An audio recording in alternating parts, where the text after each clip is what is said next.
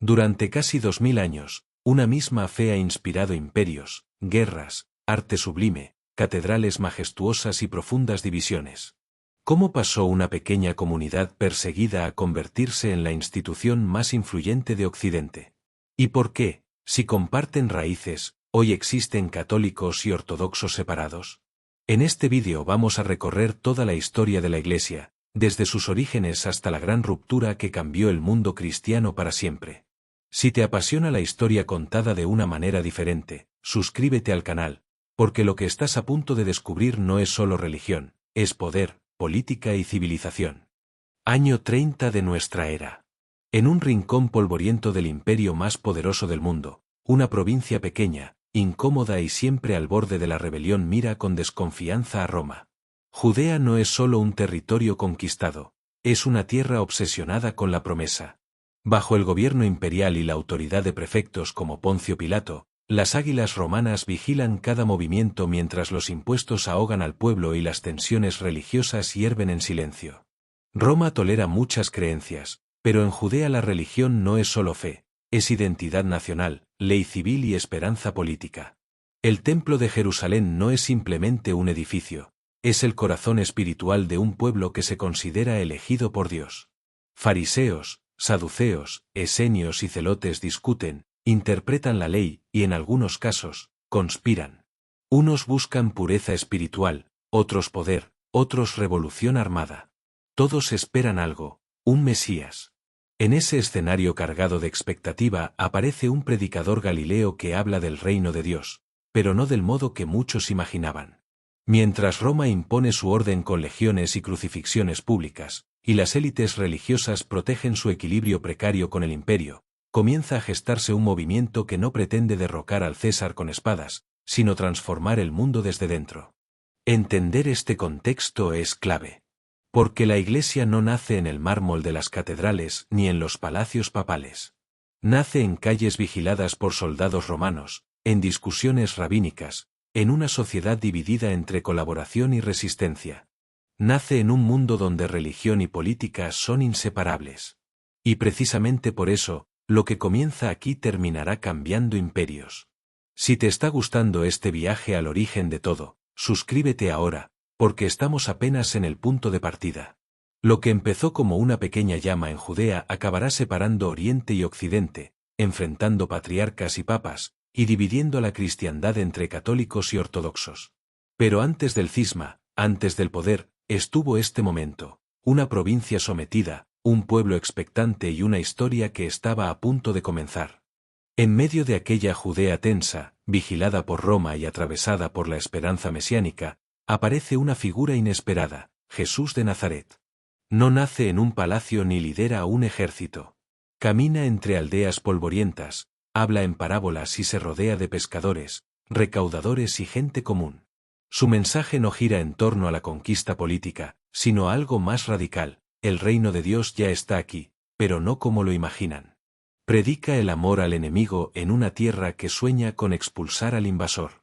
Habla de perdón en una sociedad estructurada por la ley. Se acerca a marginados, toca leprosos, dialoga con mujeres en público, desafía interpretaciones rígidas sin negar la tradición. Para algunos es un rabino más, para otros, un profeta incómodo. Para sus seguidores, algo mucho mayor. El problema no es solo lo que dice, sino lo que provoca. Las multitudes lo escuchan. Las autoridades religiosas lo observan. Roma, siempre alerta ante cualquier amenaza de agitación, no distingue con sutileza entre reforma espiritual y riesgo político. Cuando entra en Jerusalén y el templo se convierte en escenario de confrontación simbólica, la tensión alcanza su punto máximo. La crucifixión no es un accidente, es un mensaje imperial. La cruz era el recordatorio público de lo que le ocurre a quien desafía el orden. Sin embargo, lo que debía ser el final se convierte en el inicio. Sus discípulos, lejos de dispersarse definitivamente, afirman que ha resucitado. Y esa convicción transforma el miedo en misión. En pocas décadas, lo que comenzó como un pequeño grupo judío convencido de que Jesús era el Mesías empieza a expandirse por el Mediterráneo. Primero en sinagogas, luego en casas privadas, después en ciudades clave del imperio. Ya no se trata solo de una expectativa nacional judía, el mensaje se universaliza. Pablo de Tarso y otros misioneros reinterpretan la fe en clave abierta a gentiles. La comunidad deja de ser una secta interna del judaísmo y comienza a perfilarse como algo distinto. Así nacen las primeras iglesias, no edificios, sino asambleas. Comunidades que comparten pan, oración y una identidad nueva en medio de un mundo romano plural y competitivo. Sin poder político, sin estructura imperial, sin templos monumentales. Solo una convicción, aquel ajusticiado era en realidad, el Señor. Ese es el verdadero punto de partida de toda la historia que vendrá después. Antes de patriarcas, antes de papas, antes de cismas entre Oriente y Occidente, hubo un grupo pequeño convencido de que la muerte no había tenido la última palabra. Y esa idea, aparentemente frágil, terminaría reconfigurando el mundo. Si Jesús encendió la chispa, fueron sus discípulos quienes decidieron que el fuego no se apagaría. Tras la conmoción de la crucifixión y la convicción de la resurrección, aquel grupo reducido dejó de esconderse y comenzó a hablar. Ya no predicaban solo la memoria de un maestro, sino la proclamación de un Señor vivo. Y eso, en el corazón del Imperio Romano, era una declaración explosiva. Pedro emerge como figura clave. Pescador galileo, impulsivo, sin formación académica sofisticada, se convierte en referente de la comunidad en Jerusalén. Su liderazgo no es político, pero sí simbólico, representa la continuidad directa con Jesús. Desde allí, la predicación comienza a expandirse primero entre judíos de la diáspora, hombres y mujeres que viajaban o regresaban a sus ciudades llevando consigo esta nueva fe. Pero el giro decisivo llega con Pablo de Tarso. Fariseo formado en la tradición judía y ciudadano romano, entiende dos mundos y se mueve con soltura entre ambos. Lo que para muchos era un movimiento interno del judaísmo, Pablo lo presenta como un mensaje universal. Viaja por Asia Menor, Grecia y finalmente Roma, fundando comunidades en puertos estratégicos, centros comerciales y capitales culturales del Mediterráneo. No levanta templos, establece redes. No impone por la espada, persuade con palabras, cartas y debates públicos. Así nacen iglesias en ciudades como Corinto, Efeso o Antioquía, pequeñas asambleas que se reúnen en casas privadas, comparten la Eucaristía y organizan su vida en torno a obispos, presbíteros y diáconos. Sin saberlo, están sentando las bases de una estructura que siglos después dividirá Oriente y Occidente. Porque desde el principio, la fe se encarna en contextos distintos. Cultura griega en el este, mentalidad latina en el oeste. Dos formas de pensar, una misma creencia. La expansión no fue uniforme ni sencilla. Hubo tensiones internas. ¿Debían los no judíos cumplir toda la ley mosaica? ¿Cómo interpretar la figura de Jesús? El llamado Concilio de Jerusalén marcó un precedente. La Iglesia debatía, discernía y tomaba decisiones colectivas. Unidad, pero no uniformidad. En apenas 3 décadas, el mensaje había cruzado mares y fronteras sin ejércitos ni decretos imperiales. La paradoja es clara. Un movimiento nacido en la periferia del imperio empezaba a infiltrarse en su corazón. Todavía minoritario, todavía vulnerable, pero ya imposible de ignorar. Lo que comenzó con pescadores en Galilea ahora resonaba en foros romanos y plazas helenísticas. Y la historia, lejos de estabilizarse, apenas estaba acelerando. El cristianismo creció rápido, pero no en silencio. En un imperio que toleraba muchos dioses siempre que se respetara el orden público y el culto al emperador, negarse a ofrecer incienso al César no era solo un gesto religioso, era una declaración política. Y Roma no solía tomarse esas declaraciones a la ligera. La primera gran sacudida llegó bajo Nerón. Tras el incendio de Roma en el año 64, alguien tenía que pagar. Los cristianos, minoritarios, extraños y poco comprendidos, se convirtieron en el blanco perfecto. Las acusaciones eran grotescas: canibalismo por la Eucaristía, odio al género humano por no participar en fiestas públicas, superstición peligrosa por proclamar a un rey distinto del emperador. Muchos fueron ejecutados de forma ejemplarizante. Lo que debía intimidar, sin embargo, empezó a forjar una identidad. El martirio no era buscado, pero sí asumido. Morir por la fe se convirtió en testimonio supremo. Historias de hombres y mujeres que preferían la arena del anfiteatro o la espada antes que renunciar a Cristo circularon por las comunidades. Cada ejecución pretendía apagar la llama, cada relato la avivaba.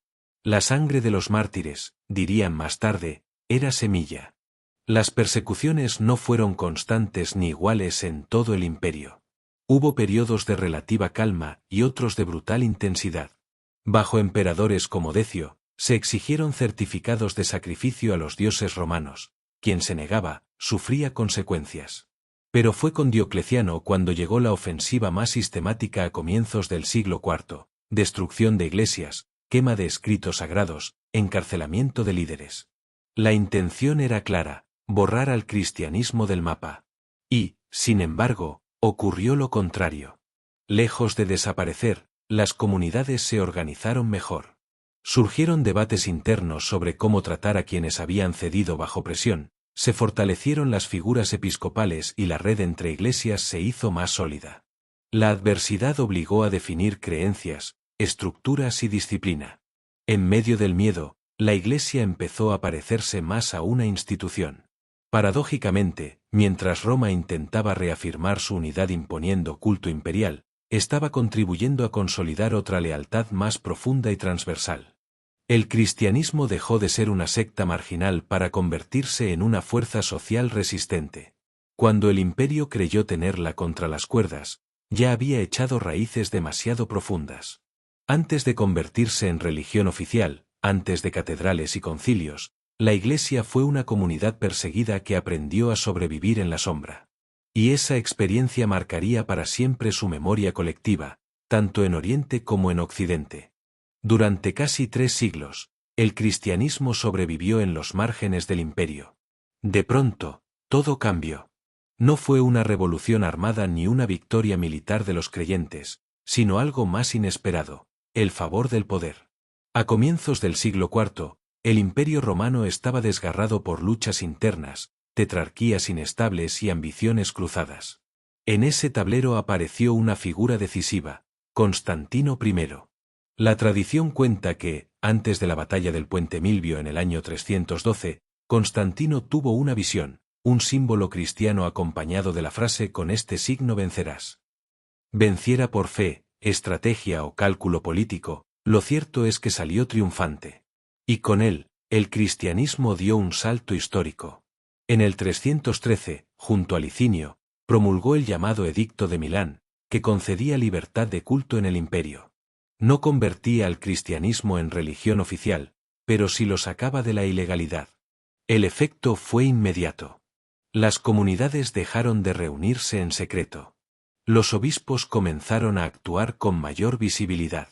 Se devolvieron bienes confiscados y se permitió la construcción de templos públicos. Lo que durante generaciones había sido sospechoso pasó a ser protegido. El perseguidor se transformaba en patrocinador. Pero este giro no fue solo jurídico, fue estructural. El emperador empezó a involucrarse en asuntos eclesiales, convocando concilios y mediando en disputas doctrinales. La Iglesia, que había aprendido a vivir sin el Estado, debía ahora convivir con él.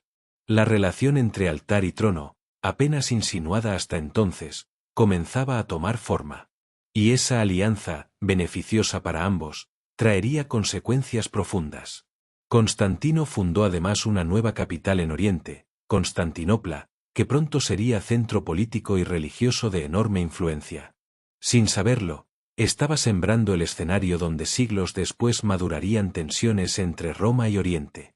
Porque si el cristianismo dejaba de ser marginal para integrarse en la maquinaria imperial, inevitablemente asumiría también sus divisiones. El giro constantiniano no fue simplemente la legalización de una fe, fue el inicio de su transformación en institución imperial. La cruz, que había sido símbolo de ejecución, empezaba a asociarse al poder. Y en ese cambio de estatus, de perseguidos a aliados del emperador, se estaba escribiendo uno de los capítulos más decisivos de toda la historia de la Iglesia. La paz con el imperio no trajo calma inmediata, trajo debate. Apenas legalizado el cristianismo, estalló una crisis interna que amenazaba con fracturar la unidad recién consolidada. La pregunta era tan sencilla como explosiva: ¿quién era realmente Cristo? En Alejandría, un presbítero llamado Arrio sostenía que el Hijo no era eterno como el Padre, sino una criatura excelsa, creada antes del tiempo. Si eso era cierto, cambiaba todo. Si no lo era, estaba en juego el corazón mismo de la fe. El conflicto se extendió con rapidez por Oriente. Obispos divididos, comunidades enfrentadas, cartas que cruzaban el Mediterráneo. Para un imperio que buscaba estabilidad tras décadas de guerra civil, la división religiosa no era un asunto menor. Fue entonces cuando el emperador convocó una asamblea sin precedentes, el Concilio de Nicea, celebrado en el año 325. Más de 300 obispos acudieron a Nicea. No se trataba de una reunión local, sino de un intento de definir, de una vez por todas, la fe común. El resultado fue una fórmula destinada a marcar la historia. El Hijo es de la misma sustancia que el Padre, verdadero Dios de verdadero Dios. El término griego homoousios se convirtió en la línea divisoria entre ortodoxia y herejía. Arrio fue condenado, y se redactó un credo que aún hoy resuena en iglesias católicas y ortodoxas. Pero Nicea fue más que una definición teológica. Fue la constatación de que la Iglesia, ahora respaldada por el poder imperial, podía reunirse en concilio universal para resolver disputas doctrinales. Nacía un modelo de autoridad compartida entre obispos, con un emperador actuando como garante externo de la unidad. Una alianza delicada que en Oriente adoptaría un matiz más fuerte, con el emperador influyendo directamente en cuestiones eclesiales, mientras en Occidente comenzaría a consolidarse la figura del obispo de Roma como referencia doctrinal. La controversia arriana no desapareció de inmediato, persistió durante décadas y encontró apoyos incluso en la corte imperial. Sin embargo, Nicea estableció un precedente decisivo: la fe podía y debía formularse con precisión para preservar la comunión. Defender la recta doctrina ya no era solo cuestión espiritual, sino también política y cultural. En ese salón de Nicea no solo se discutía una palabra griega. Se estaba definiendo el marco en el que la Iglesia viviría durante siglos: concilios, credos y tensiones entre autoridad espiritual y poder civil. Y, sin saberlo, también se estaban sembrando diferencias en la manera en que Oriente y Occidente entenderían la unidad. Con Nicea se definió la fe, con el paso de las décadas, se redefinió el poder. El cristianismo ya no era solo una religión permitida, sino una fuerza en ascenso dentro del engranaje imperial. El punto de inflexión llegó a finales del siglo IV, cuando Teodosio I dio un paso decisivo. En el año 380 proclamó el cristianismo niceno como religión oficial del Imperio Romano. El llamado Edicto de Tesalónica no fue una simple declaración simbólica. A partir de entonces, la fe cristiana ortodoxa, la definida en Nicea, dejaba de competir en igualdad de condiciones con otros cultos. El paganismo comenzó a perder privilegios. Los templos tradicionales fueron cerrándose progresivamente y las herejías quedaron fuera de la legalidad. La Iglesia pasaba de perseguida a normativa. Y eso cambiaba las reglas del juego. La relación entre trono y altar entró en una nueva fase.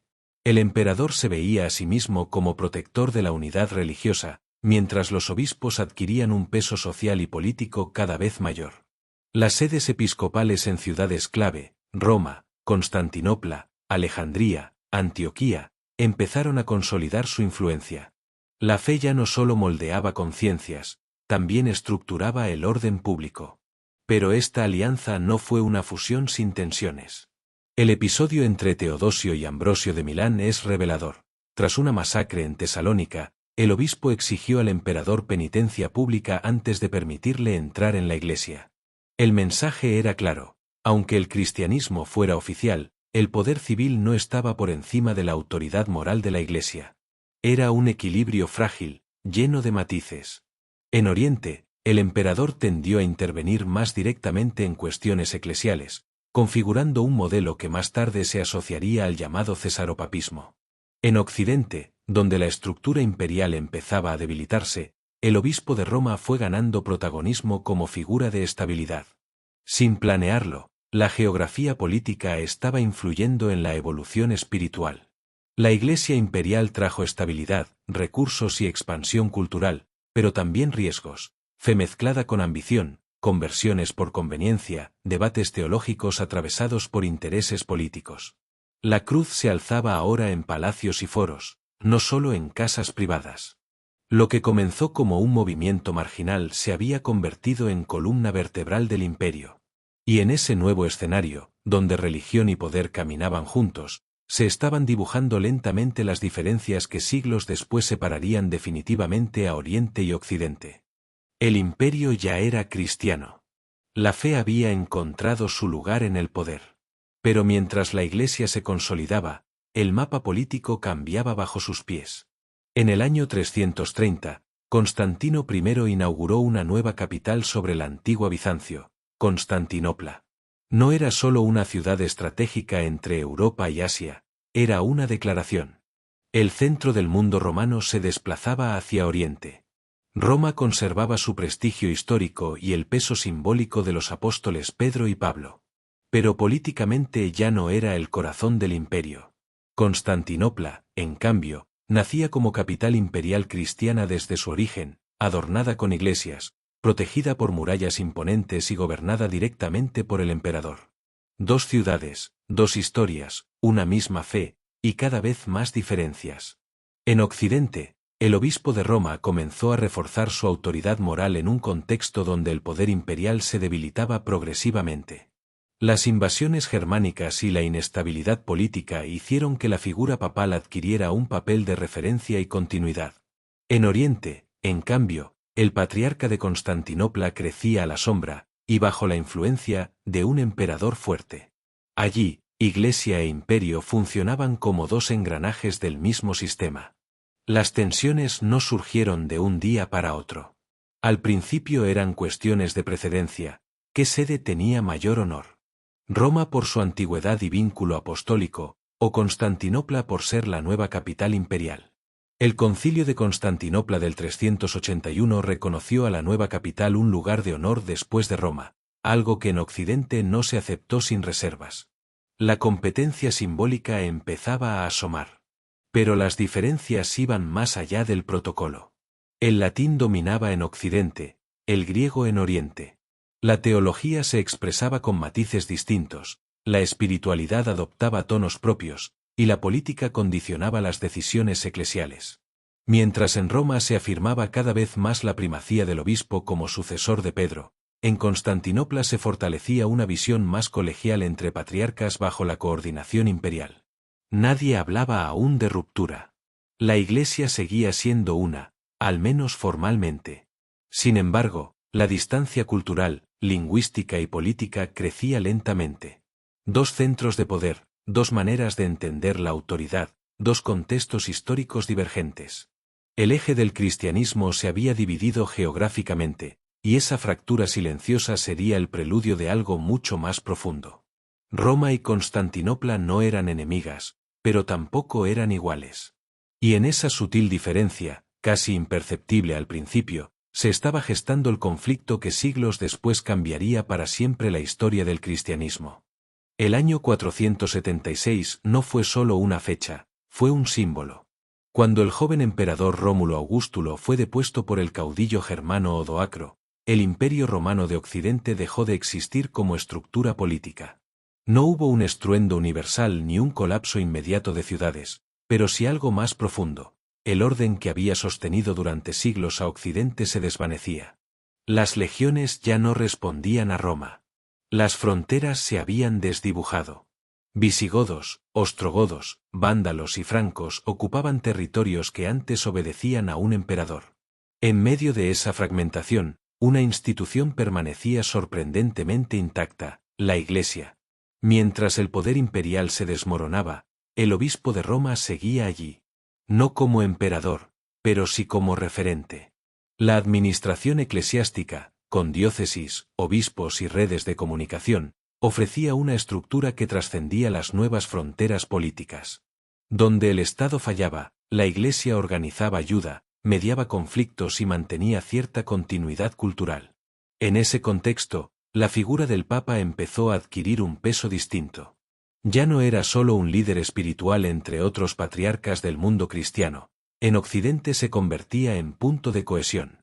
Con Constantinopla lejos y el emperador oriental ocupado en sus propios asuntos, Roma miraba hacia sí misma. La autoridad moral del obispo romano se fortalecía en un territorio necesitado de estabilidad. Paradójicamente, mientras Oriente seguía siendo un imperio sólido bajo el mando bizantino, Occidente aprendía a vivir sin emperador. Esa diferencia marcaría profundamente la evolución de ambas mitades de la cristiandad. En el este, Iglesia e imperio continuaban entrelazados. En el oeste, la Iglesia empezaba a llenar el vacío político. La caída de Roma no significó el fin del cristianismo occidental, fue el inicio de una nueva etapa. Monasterios preservaron textos clásicos, obispos negociaron con reyes bárbaros, y la fe se convirtió en puente entre la herencia romana y los nuevos pueblos europeos. Lo que se perdió en uniformidad política se transformó en una red espiritual capaz de adaptarse. Así, mientras el mundo antiguo llegaba a su ocaso, la Iglesia en Occidente no solo sobrevivía, se transformaba. Y en esa transformación, silenciosa pero decisiva, se estaba gestando una identidad propia que con el tiempo la diferenciaría aún más de su hermana oriental. Sin emperador en Occidente y con reinos germánicos asentándose sobre las ruinas de Roma, una pregunta flotaba en el aire: ¿quién sostiene ahora la unidad? En ese vacío emergió con fuerza una figura que hasta entonces había compartido protagonismo con otros grandes obispos del mundo cristiano: el obispo de Roma. Y entre todos ellos, uno marcó un antes y un después: León I, conocido como León Magno. León no heredó un trono, heredó una ciudad vulnerable.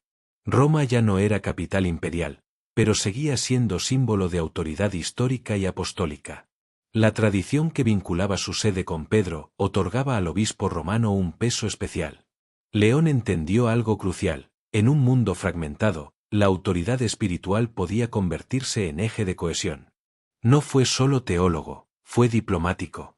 Cuando Atila y sus hunos avanzaron hacia Italia en el año 452, fue León quien salió a su encuentro. Más allá de los detalles legendarios, el hecho consolidó su imagen como defensor de Roma. En ausencia de emperadores fuertes, el Papa asumía un papel casi cívico, mediando entre invasores y población. Pero su influencia no se limitó a lo político. En el plano doctrinal, intervino decisivamente en debates cristológicos. Su famosa carta a Flaviano influyó en el Concilio de Calcedonia, 451, donde se definió la doble naturaleza de Cristo, divina y humana, sin confusión ni división. Cuando los obispos proclamaron que Pedro ha hablado por boca de León, se estaba reforzando simbólicamente la idea de que la sede romana tenía una autoridad doctrinal singular. Mientras en Oriente el emperador seguía desempeñando un papel activo en los concilios y en la vida eclesial, en Occidente la figura papal se afirmaba como instancia suprema de referencia. La distancia geográfica con Constantinopla y la debilidad política occidental favorecieron esta evolución. Roma empezó a verse no solo como una sede honorífica, sino como centro de apelación y decisión. El auge del papado no fue una conquista instantánea, sino un proceso. Se alimentó de circunstancias históricas, de necesidad política y de convicción teológica. Poco a poco, la primacía romana dejó de ser solo un recuerdo apostólico para convertirse en un principio estructural. En ese momento, aún no había ruptura con Oriente. Pero las bases estaban sentadas. En Occidente, el obispo de Roma se consolidaba como líder indiscutido. Y esa concepción del poder eclesial, fortalecida en la adversidad, sería uno de los puntos más sensibles en la futura división entre católicos y ortodoxos. Mientras Occidente se reorganizaba entre reinos germánicos y una iglesia cada vez más autónoma, en Oriente el Imperio Romano no desapareció. Simplemente cambió de forma y de centro. Lo que la historia llamará más tarde el Imperio Bizantino era, en realidad, la continuación del antiguo mundo romano con capital en Constantinopla y con un modelo político donde el emperador seguía siendo la figura dominante en todos los ámbitos de la vida pública, incluida la religión. En ese sistema se consolidó lo que muchos historiadores describen como cesaropapismo, un equilibrio desigual donde el poder civil y el poder religioso caminaban juntos, pero bajo una clara supremacía imperial. El patriarca de la Iglesia Oriental no era un monarca espiritual independiente como comenzaba a imaginarse el papado occidental, sino un alto funcionario religioso que actuaba en coordinación con la autoridad del emperador. El modelo reflejaba una idea distinta de unidad, no tanto la primacía de una sede, sino la armonía entre Estado y fe. El patriarca de Constantinopla se convirtió en la máxima autoridad eclesiástica en Oriente, aunque su legitimidad estaba profundamente ligada al respaldo político. Si el emperador favorecía una corriente doctrinal, ésta podía ganar peso rápidamente. Si surgían disputas teológicas, el palacio imperial solía intervenir convocando concilios o presionando para mantener la estabilidad del sistema. Un ejemplo claro de esta interacción se observa en el reinado de Justiniano I, quien no solo intentó restaurar el antiguo esplendor romano mediante campañas militares y reformas legales, sino que también promovió la uniformidad religiosa dentro de sus dominios. Bajo su gobierno se impulsaron grandes construcciones religiosas, como la expansión de la Basílica de Santa Sofía, símbolo del poder imperial y espiritual del imperio. Sin embargo, esta cercanía entre trono y altar tenía un costo. La Iglesia oriental podía verse limitada en su autonomía frente al Estado, pero también disfrutaba de protección política, recursos y estabilidad institucional. La teología, la liturgia y la administración eclesial se desarrollaron en un contexto donde la autoridad imperial actuaba como garante de la unidad religiosa. Mientras tanto, en Occidente se estaba gestando una mentalidad distinta, donde la debilidad del poder secular permitía al papado ganar independencia progresiva. Dos mundos cristianos comenzaban a dibujar sus propias formas de entender la autoridad.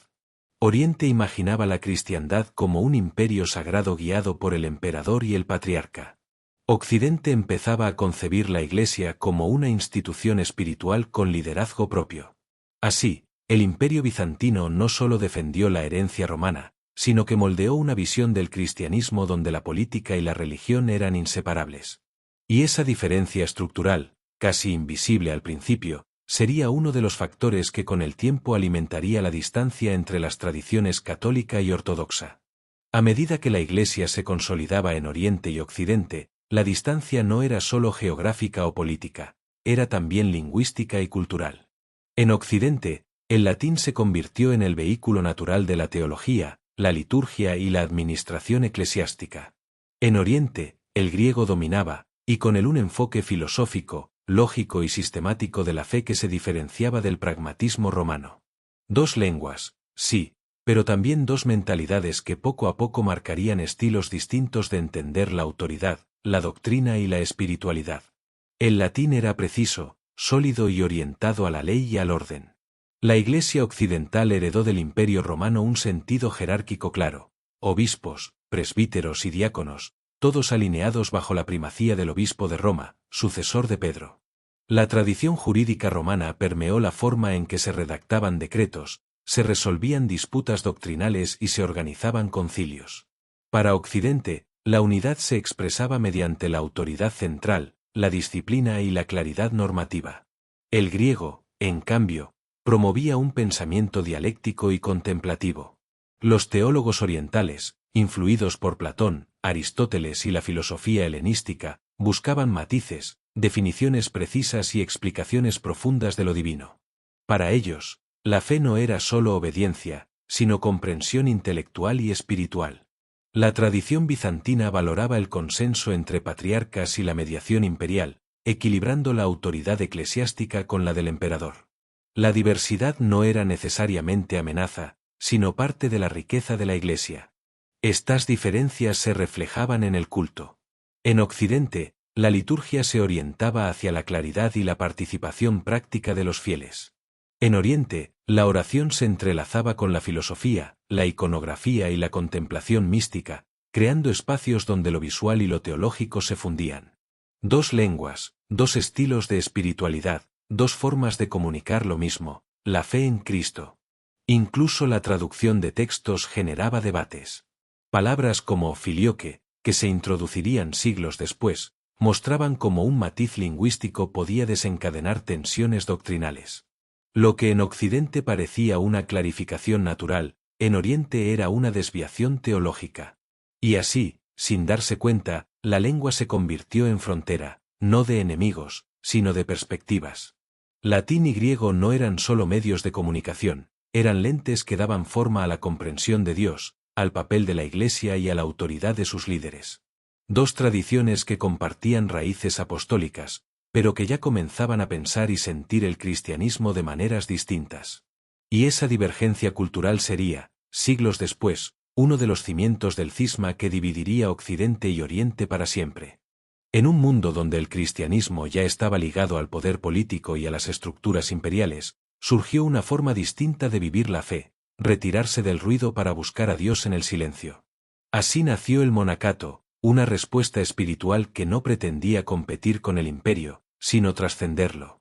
Mientras ciudades y palacios se llenaban de debates teológicos y disputas de autoridad, miles de creyentes comenzaron a mirar hacia el desierto, las montañas y los espacios apartados como lugares de encuentro con lo divino. En Occidente, la figura de Benedicto de Nursia marcó un punto de referencia fundamental. Su propuesta no era la fuga absoluta del mundo, sino la creación de comunidades estables donde oración, trabajo y disciplina convivieran en equilibrio. La llamada regla benedictina estructuró la vida monástica occidental con un ritmo sencillo pero poderoso, ora et labora. No se trataba solo de rezar, sino de convertir la existencia cotidiana en un acto espiritual. Los monasterios occidentales terminaron convirtiéndose en guardianes del conocimiento, copiando manuscritos, preservando textos clásicos y transmitiendo cultura en una época de inestabilidad. En Oriente, el monacato tomó un camino más ascético y contemplativo. Inspirados por la tradición de los padres del desierto, muchos monjes buscaban la unión con Dios a través de la soledad radical, el ayuno y la oración continua. El ideal no era solo organizar la vida comunitaria, sino alcanzar la experiencia mística de lo sagrado.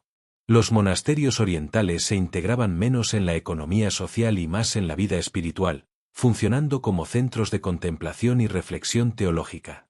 La diferencia entre ambos modelos refleja dos sensibilidades cristianas. Occidente transformó el monacato en una herramienta de estabilidad cultural y social. Oriente lo mantuvo como camino hacia la mística profunda. Uno preservaba el mundo mientras se alejaba de él, el otro intentaba tocar lo divino mediante el silencio absoluto. Ambos compartían la misma fe, pero expresaban la búsqueda espiritual con matices distintos. Con el tiempo, los monasterios se convirtieron en espacios de autoridad moral dentro de la Iglesia. Abades y monjes adquirieron prestigio intelectual y espiritual, influyendo en debates doctrinales y decisiones comunitarias. En Occidente, los monasterios ayudarían a reconstruir la civilización europea tras el colapso político. En Oriente, reforzarían la identidad espiritual del Imperio bizantino. Así, el monacato no fue un fenómeno marginal, sino uno de los pilares silenciosos de la cristiandad. Porque mientras emperadores, patriarcas y papas discutían sobre poder y doctrina, había hombres y mujeres que eligieron otro camino, buscar lo eterno lejos del ruido de la historia. Y esa elección dejaría una huella profunda en la forma en que Oriente y Occidente entendieron la vida religiosa. En el siglo IX, la relación entre Roma y Constantinopla comenzó a mostrar grietas que ya no podían ocultarse con diplomacia o fórmulas ambiguas. El llamado cisma de Focio no fue una ruptura instantánea, sino el resultado de años de tensiones políticas, teológicas y eclesiásticas que iban acumulándose lentamente hasta volverse imposibles de ignorar. Todo giró en torno a una figura central y controvertida, Focio de Constantinopla. Focio era un intelectual brillante, con formación filosófica y gran influencia en la corte bizantina. Su nombramiento como patriarca de Constantinopla generó controversia porque no todos aceptaron su ascenso al liderazgo eclesiástico. Desde Roma, el Papa Nicolás I cuestionó su legitimidad, defendiendo la intervención papal en los asuntos disciplinarios de Oriente. Lo que comenzó como un conflicto administrativo se transformó rápidamente en un enfrentamiento de autoridad espiritual. El problema no era solo personal, sino estructural. Roma defendía cada vez con más fuerza la idea de la primacía del obispo romano como heredero apostólico de Pedro.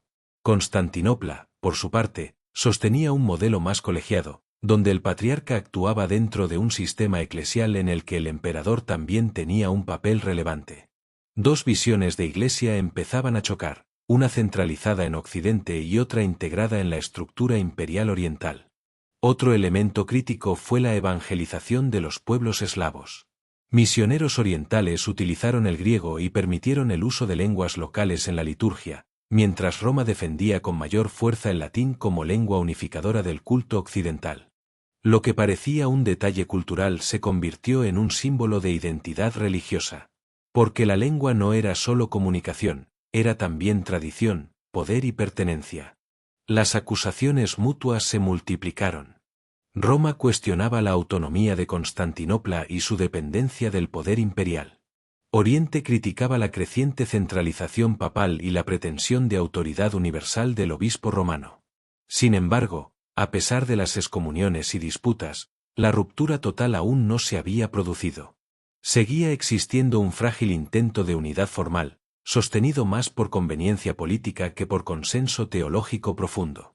El conflicto de Focio terminó resolviéndose parcialmente con negociaciones y cambios políticos, pero dejó una huella imborrable. Porque mostró algo que antes solo se intuía: las diferencias entre Oriente y Occidente ya no eran simples debates teológicos aislados, sino visiones distintas de cómo debía funcionar la Iglesia dentro de la historia. Lo que ocurrió en el siglo IX no fue el final de la unidad cristiana, pero sí fue una advertencia clara. La distancia entre Roma y Constantinopla había dejado de ser silenciosa.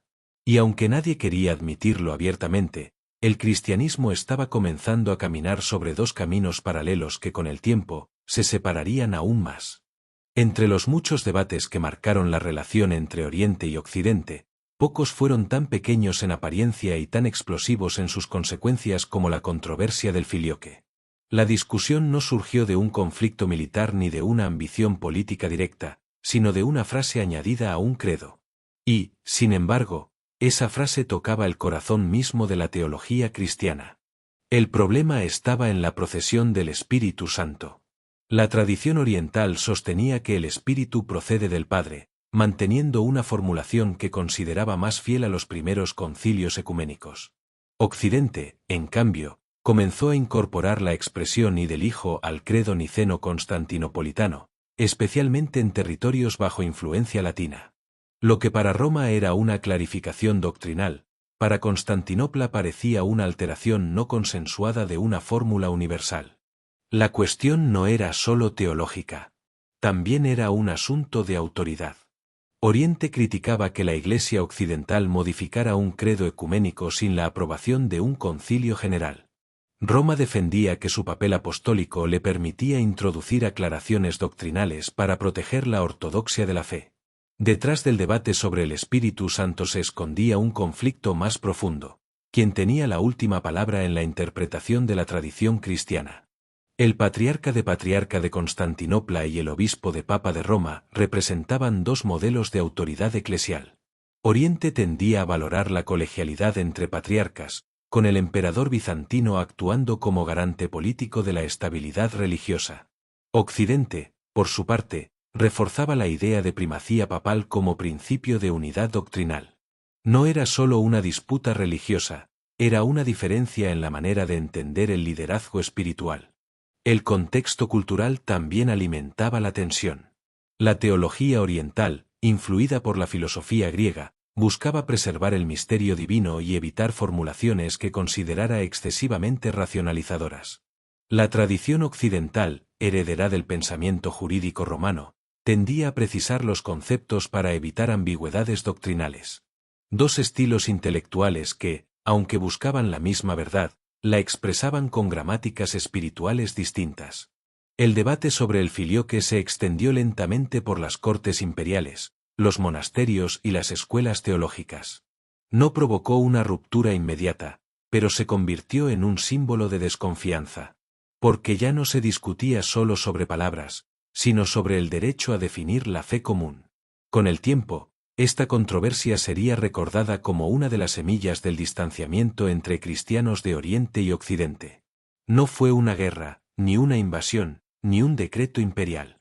Fue algo más sutil, una diferencia en cómo se entendía el misterio de Dios y quién tenía la autoridad para explicarlo al mundo. Y esa diferencia, silenciosa pero persistente, seguiría acompañando a la historia de la Iglesia durante siglos. Durante siglos, Roma y Constantinopla habían discutido, negociado y desconfiado, pero seguían perteneciendo oficialmente a la misma Iglesia. Hasta que en 1054 la tensión acumulada dejó de ser teórica y se convirtió en gesto. Y a veces un gesto pesa más que 1000 tratados. El llamado Gran Cisma de 1054 no estalló por sorpresa, fue el resultado de diferencias culturales, políticas y doctrinales que llevaban generaciones madurando. La primacía del obispo de Roma, el papel del emperador en Oriente, el uso del latín o del griego en la liturgia, la cuestión del filioque, todo formaba parte de un clima cada vez más enrarecido. Pero en el siglo XI, la chispa prendió. El Papa León IX envió legados a Constantinopla para negociar con el patriarca Miguel I Cerulario. Las conversaciones no solo fracasaron, sino que se tornaron hostiles. El 16 de julio de 1054, en un acto cargado de simbolismo, los enviados papales depositaron una bula de excomunión sobre el altar de Santa Sofía. No era una discusión académica, era una ruptura pública. La respuesta no tardó. El patriarca convocó un sínodo que excomulgó a los legados romanos. Técnicamente, las condenas afectaban a personas concretas, no a toda la Iglesia oriental u occidental. Pero el daño estaba hecho. La desconfianza se transformó en separación formal. Dos centros que ya pensaban distinto ahora dejaban de reconocerse plenamente. Lo más revelador es que en aquel momento nadie percibía necesariamente que se estaba sellando una división definitiva. Las excomuniones podían levantarse, los conflictos podían resolverse. Sin embargo, el contexto político agravó la fractura. El Imperio bizantino y los poderes occidentales seguían caminos cada vez más divergentes. Las cruzadas, que llegarían décadas después, profundizarían la herida hasta hacerla casi irreversible. El Gran Cisma no fue una explosión inmediata de violencia, sino una cristalización de siglos de distancia. A partir de entonces, el cristianismo quedó dividido en dos grandes tradiciones, la Iglesia católica en Occidente y la Iglesia ortodoxa en Oriente. Compartían los primeros concilios, los mismos sacramentos fundamentales y la herencia apostólica. Pero ya no compartían la misma estructura de autoridad ni la misma visión de unidad. En 1054 no cayó un imperio ni se libró una batalla decisiva. Lo que ocurrió fue algo más silencioso y, quizás por eso, más profundo, la ruptura oficial de una comunión que había modelado Europa durante 1000 años. Desde entonces, la historia de la Iglesia sería la historia de dos caminos paralelos, nacidos del mismo origen, pero separados por una frontera invisible que todavía hoy define el mapa espiritual del mundo cristiano. El cisma de 1054 había dejado una herida abierta, pero aún no era una guerra declarada. Oriente y Occidente seguían mirándose con recelo, aunque compartían enemigos comunes y una fe que, en esencia, provenía del mismo tronco. Sin embargo, lo que terminó de convertir la desconfianza en ruptura irreversible no fue un debate teológico, sino una espada y una traición. Las cruzadas comenzaron como expediciones impulsadas desde Occidente para recuperar Tierra Santa del dominio musulmán. El Papa Urbano II había llamado a los caballeros cristianos a defender los lugares sagrados. En teoría, Bizancio y los cruzados compartían objetivo. El Imperio Oriental necesitaba ayuda militar frente al avance turco, y Occidente veía en esa alianza una oportunidad estratégica. Pero la política, las deudas y la ambición desviaron el rumbo. La Cuarta Cruzada, iniciada en 1202, terminó tomando un camino impensable. En lugar de dirigirse a Jerusalén, se volvió contra la propia Constantinopla. En 1204, la capital cristiana de Oriente fue asediada y finalmente saqueada por ejércitos occidentales. Iglesias profanadas, reliquias robadas, bibliotecas destruidas. La ciudad que había sido símbolo de la cristiandad oriental cayó no ante musulmanes, sino ante otros cristianos. El impacto fue devastador. Para el mundo ortodoxo, aquello no fue solo una derrota militar, sino una humillación espiritual. Occidente no había venido como aliado, sino como conquistador. Se estableció un efímero imperio latino en Constantinopla, reforzando la sensación de imposición extranjera. La fractura dejó de ser doctrinal para convertirse en emocional y cultural. En Occidente, el saqueo se justificó con argumentos políticos y estratégicos. En Oriente, se recordó como traición imperdonable. Desde entonces, cualquier intento de reconciliación cargó con el peso de ese recuerdo. El cisma de 1054 había separado oficialmente a las iglesias, 1204 enterró la confianza. Las cruzadas, concebidas como empresa religiosa común, terminaron profundizando la división entre católicos y ortodoxos. La herida no solo fue institucional, sino simbólica. La idea de una cristiandad unida bajo distintas tradiciones quedó gravemente dañada. A partir de ese momento, Oriente y Occidente ya no solo pensaban diferente, se miraban como extraños. El saqueo de Constantinopla no destruyó inmediatamente el imperio bizantino, pero sí debilitó su corazón. Y en esa debilidad futura, siglos después, encontrarían oportunidad nuevas potencias. La ruptura definitiva entre las dos grandes ramas del cristianismo no se selló solo con excomuniones, sino con fuego y espada. Y el eco de aquel 1204 todavía resuena en la memoria histórica de ambas iglesias. Si el saqueo de Constantinopla fue la herida visible, las diferencias doctrinales eran el hueso fracturado que llevaba siglos soldando mal. Porque más allá de la política y las traiciones, católicos y ortodoxos comenzaron a entender la fe desde matices que, con el tiempo, se volvieron fronteras. La primera gran línea divisoria es la primacía papal. Para la Iglesia católica, el obispo de Roma no es solo un patriarca más, sino el sucesor directo del apóstol Pedro con autoridad universal sobre toda la Iglesia. El Papa no es únicamente un símbolo de unidad, es cabeza visible con jurisdicción suprema. En cambio, para la tradición ortodoxa, el patriarca de Roma fue históricamente primero entre iguales, un honor de precedencia, no de poder absoluto. La autoridad reside en el conjunto de obispos reunidos en concilio, no en una sola figura central. Es una diferencia de estructura, pero también de visión sobre cómo debe organizarse la Iglesia. Luego está el purgatorio. En la teología católica, se define como un estado de purificación para las almas que mueren en gracia pero aún necesitan limpieza espiritual antes de la visión plena de Dios. La doctrina fue desarrollándose con precisión en Occidente durante la Edad Media. En la teología ortodoxa, aunque existe la idea de una purificación tras la muerte y la oración por los difuntos, no se formula como un lugar o estado jurídico definido del mismo modo. La diferencia no es tanto la existencia de purificación, sino la forma de entenderla y explicarla. Y después, algo que parece pequeño, pero que simboliza mucho, el pan en la Eucaristía. En la Iglesia Católica Latina se utiliza pan ácimo, sin levadura, recordando la Pascua judía celebrada por Jesús en la Última Cena. En la tradición ortodoxa, el pan es fermentado, símbolo de Cristo resucitado, vivo y glorioso. Dos formas distintas de expresar un mismo misterio, pero que durante siglos se convirtieron en argumento identitario. A esto se suma la cuestión del filioque, esa palabra añadida en Occidente al credo para afirmar que el Espíritu Santo procede del Padre y del Hijo, algo que Oriente rechazó tanto por su contenido teológico como por haberse introducido sin un concilio ecuménico. No se trató de un único desacuerdo explosivo, sino de una acumulación de diferencias: autoridad, teología, liturgia, lenguaje. Roma hablaba latín, Constantinopla, griego. Dos mundos que compartían raíces apostólicas, pero que crecieron en suelos culturales distintos. Así, lo que comenzó como matices terminó configurando dos formas completas de vivir el cristianismo. Católicos y ortodoxos no dejaron de reconocerse como herederos de la Iglesia primitiva, pero cada uno empezó a verse como el guardián más fiel de esa herencia.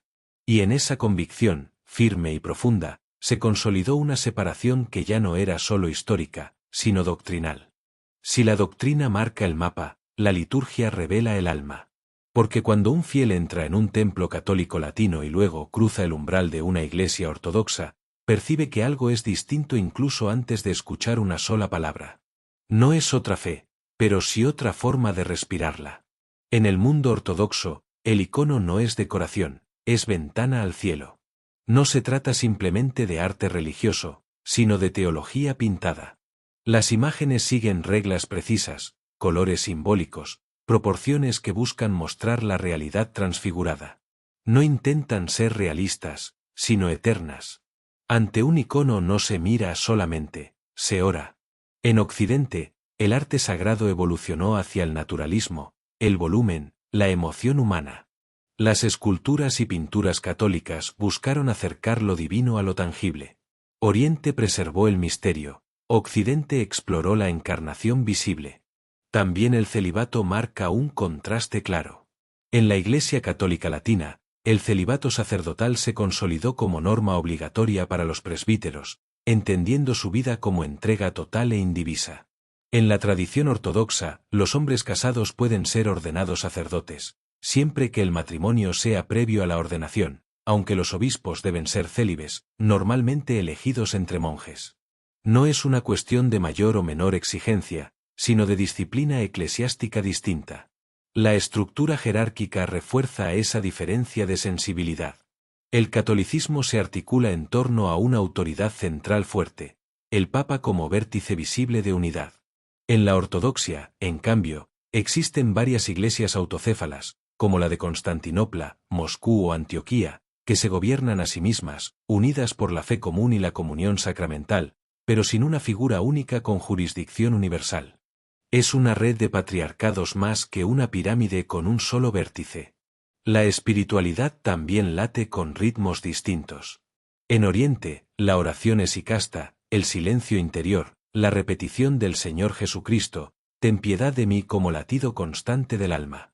En Occidente, órdenes religiosas con carismas variados, contemplativos, misioneros, intelectuales, activos en hospitales y universidades. Dos caminos que conducen hacia la misma meta, pero con paisajes distintos. Al final, estas diferencias litúrgicas y espirituales no son simples detalles externos. Son la expresión visible de siglos de desarrollo independiente, de culturas diversas que moldearon la misma fe con acentos propios. Católicos y ortodoxos celebran los mismos sacramentos y proclaman el mismo credo fundamental, pero lo hacen con una estética, una disciplina y una sensibilidad que cuentan historias diferentes. Y en esas historias se entiende mejor por qué la división no fue solo una ruptura institucional, sino una separación de estilos de vivir lo sagrado. Durante más de 1000 años, Constantinopla fue algo más que una capital, fue muralla, faro y símbolo. La heredera de Roma en Oriente, la ciudad que resistió asedios imposibles, la cúpula dorada de Santa Sofía dominando el horizonte como recordatorio de que el imperio cristiano aún respiraba. Pero en 1453, ese latido se detuvo. El imperio bizantino llevaba siglos debilitado, fragmentado por guerras internas, presiones externas y el golpe devastador de 1204. Apenas quedaba ya la ciudad y poco más. Frente a ella se alzaba una nueva potencia en expansión, el Imperio Otomano. Su joven sultán, Mehmed II, tenía un objetivo claro: tomar Constantinopla y convertirla en la joya de su corona. El asedio comenzó en abril. Cañones gigantescos, una innovación aterradora para la época, bombardearon las legendarias murallas teodosianas, consideradas inexpugnables durante siglos. Dentro de la ciudad, el último emperador bizantino, Constantino XI Paleólogo, sabía que la ayuda de Occidente sería insuficiente. Católicos y ortodoxos habían intentado una reconciliación apresurada en el Concilio de Florencia, pero la unión no había calado en el pueblo. Las divisiones del pasado pesaban demasiado. El 29 de mayo de 1453, las defensas cedieron. Las tropas otomanas entraron en la ciudad. Constantinopla cayó. Con ella, desaparecía oficialmente el Imperio bizantino, último vestigio del Imperio romano. Para el mundo ortodoxo, fue una catástrofe histórica y espiritual.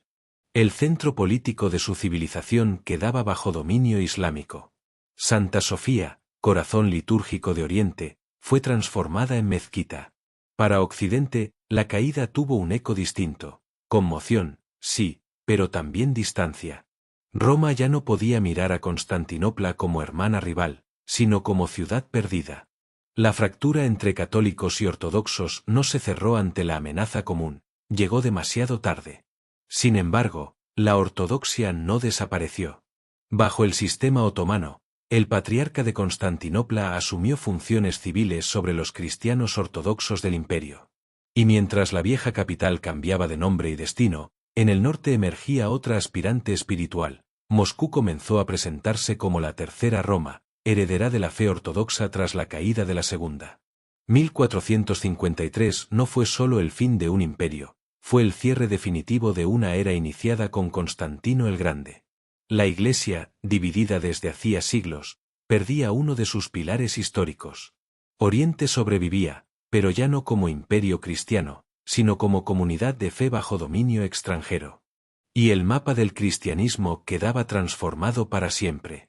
Cuando Constantinopla cayó en 1453, no solo desapareció un imperio, se extinguió la idea de que la ortodoxia necesitaba un trono para existir.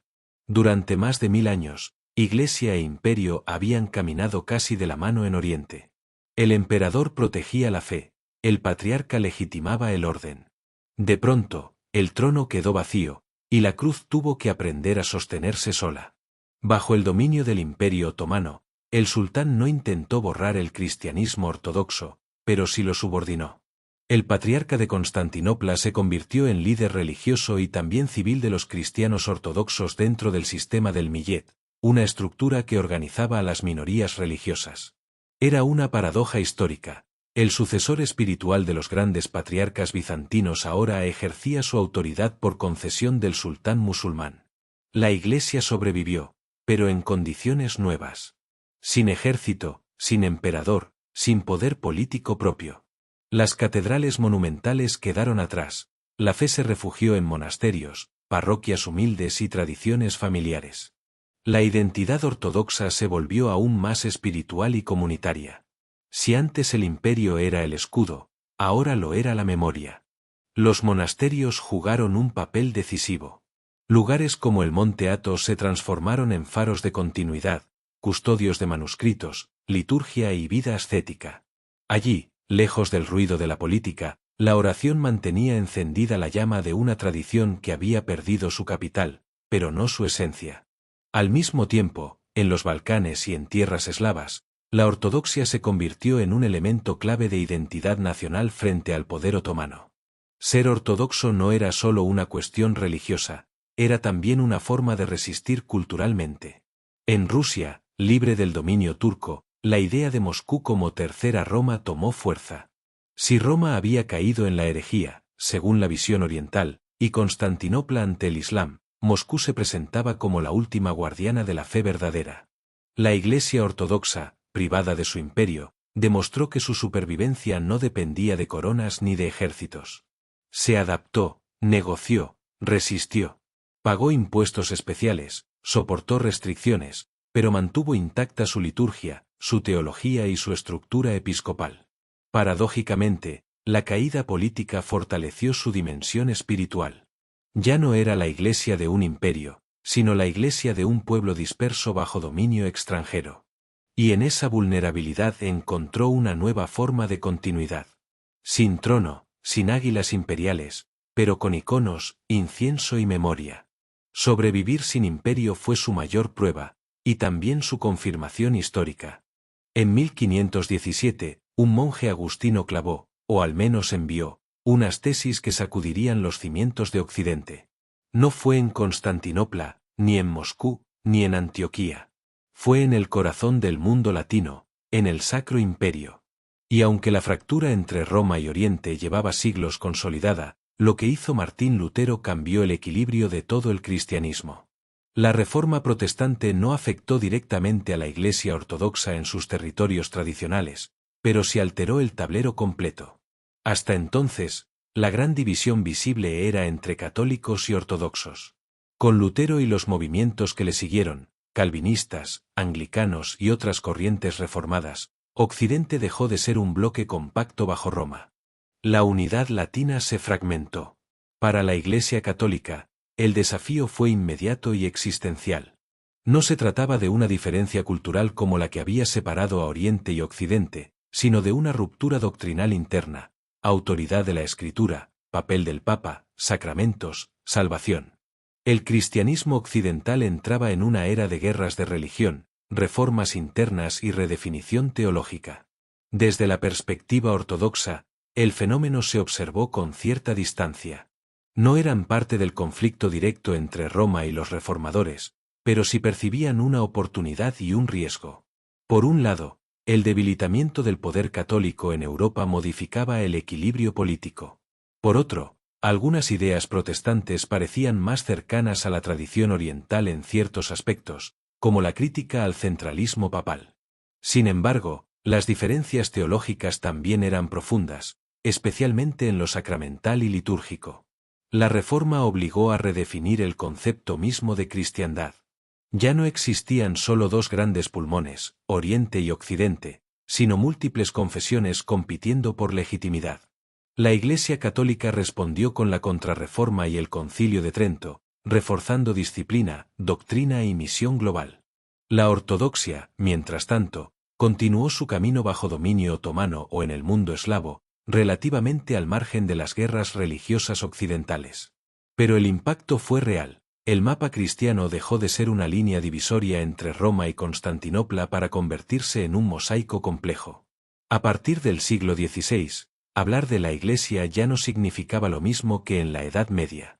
La Reforma protestante no reconcilió a católicos y ortodoxos, pero sí relativizó su enfrentamiento histórico. De pronto, la fractura de 1054 era solo una parte de una fragmentación mucho mayor. Y así, mientras Oriente sobrevivía sin imperio y Roma luchaba por mantener su autoridad, el cristianismo entraba en la modernidad dividido en más ramas que nunca. El golpe de Lutero no cruzó directamente las murallas de la ortodoxia, pero sí cambió para siempre el equilibrio del mundo cristiano. Separarse fue lento. Volver a unirse, aún más difícil. Desde el mismo momento en que Roma y Constantinopla dejaron de caminar juntas, surgió una pregunta incómoda: ¿es esta división definitiva o reversible? A lo largo de los siglos, hubo intentos sinceros, y otros claramente políticos, de recomponer la unidad perdida. Uno de los primeros grandes esfuerzos fue el Segundo Concilio de León en 1274.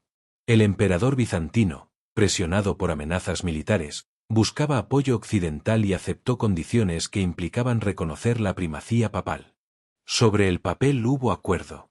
En la práctica, el pueblo y gran parte del clero oriental lo rechazaron. La unión nació débil y murió pronto. Más ambicioso fue el Concilio de Florencia en el siglo XV. Delegaciones orientales y occidentales debatieron durante meses cuestiones espinosas: el filioque, el purgatorio, la autoridad del Papa. Se firmó un decreto de unión que parecía histórico.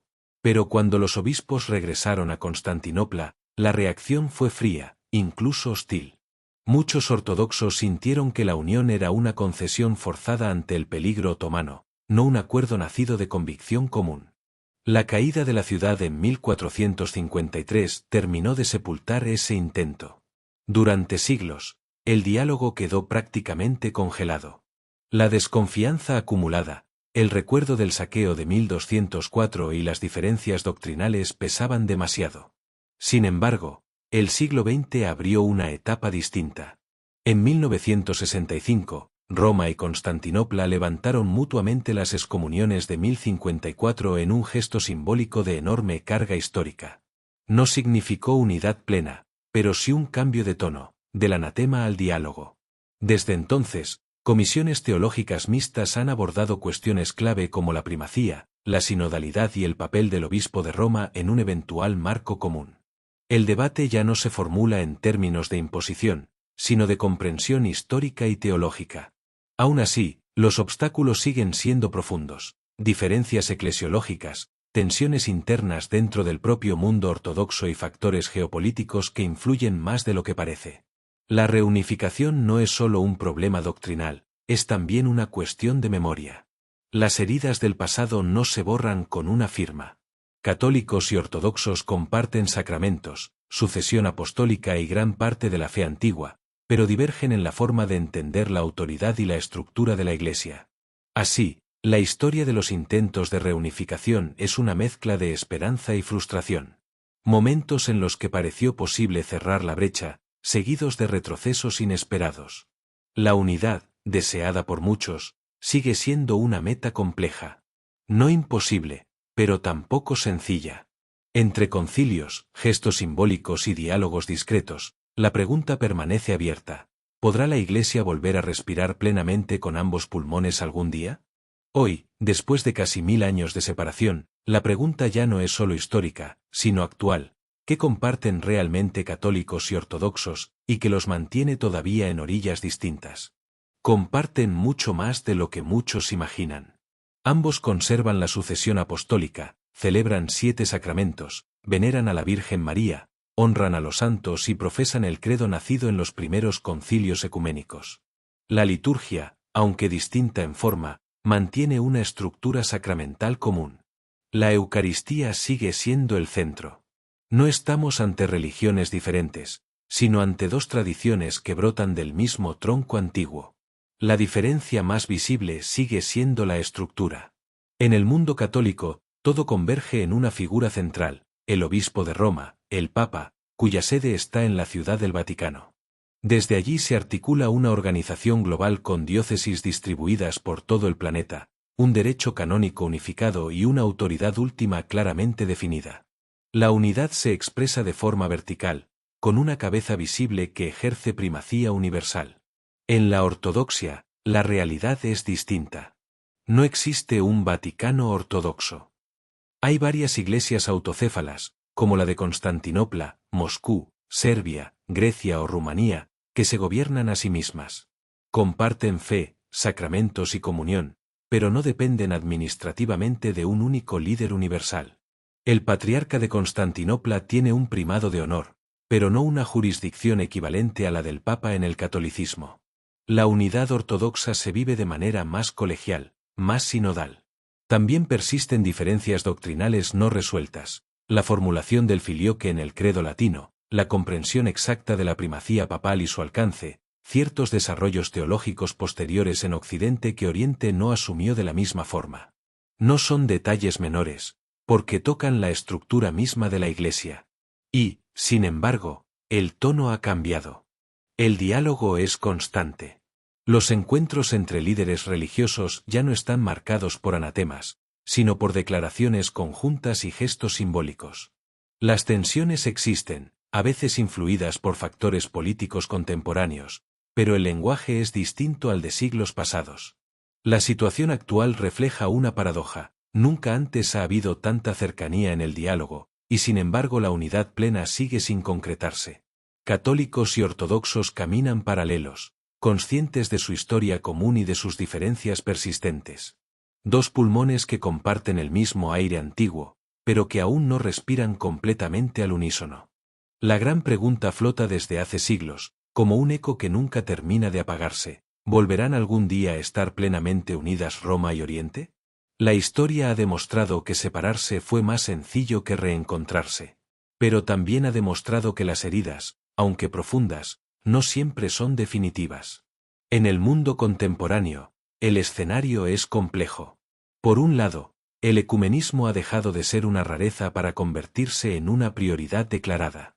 Desde el Concilio Vaticano II, la Iglesia Católica asumió oficialmente el diálogo con las iglesias ortodoxas como un camino necesario, no como una concesión. Los encuentros entre obispos, teólogos y patriarcas ya no buscan vencer, sino comprender. La palabra clave es comunión, no uniformidad. Por otro lado, las tensiones modernas no son solo teológicas. La geopolítica pesa. Las relaciones entre distintas iglesias ortodoxas, especialmente en el mundo eslavo, influyen en cualquier acercamiento a Roma.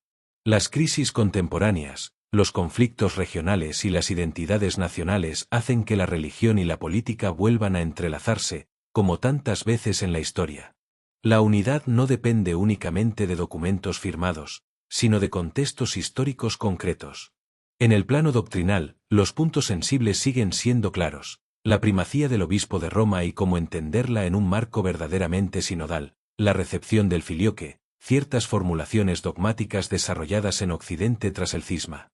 Sin embargo, también hay avances notables en el lenguaje común.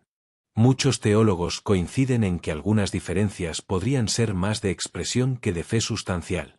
El futuro del cristianismo global añade otra dimensión. En un mundo cada vez más secularizado en Europa y al mismo tiempo dinámico en África y Asia, la fragmentación histórica pierde peso frente a desafíos compartidos: la transmisión de la fe, la defensa de la dignidad humana, la convivencia interreligiosa. Ante un escenario así, la división milenaria puede percibirse menos como frontera identitaria y más como herencia pendiente de sanar. ¿Habrá reunificación? Nadie puede asegurarlo. Tal vez no adopte la forma de una fusión estructural total, sino de una comunión reconocida que respete diversidad y tradición. La historia de la Iglesia ha sido una sucesión de crisis, reformas y giros inesperados. Si algo enseña es que lo que parece inamovible puede transformarse con el tiempo. Católicos y ortodoxos comparten raíces, sacramentos y memoria apostólica. Separados por siglos de historia, pero unidos por un origen común. La respuesta al futuro no está escrita, pero la pregunta sigue viva. Y mientras exista diálogo, la posibilidad no desaparece. Dos iglesias. Una misma raíz. 1000 años de historia compartida, y una herida que aún no termina de cerrarse. Católicos y ortodoxos no son enemigos, pero tampoco son lo mismo. Y entender por qué nos obliga a mirar de frente al poder, la cultura y la fe que moldearon Europa y gran parte del mundo. Si te ha gustado este recorrido por la historia más influyente de Occidente, prepárate, porque en el próximo vídeo descubriremos una de las rupturas más impactantes que cambiaron para siempre la cristiandad. Suscríbete y activa la campana, la historia acaba de comenzar.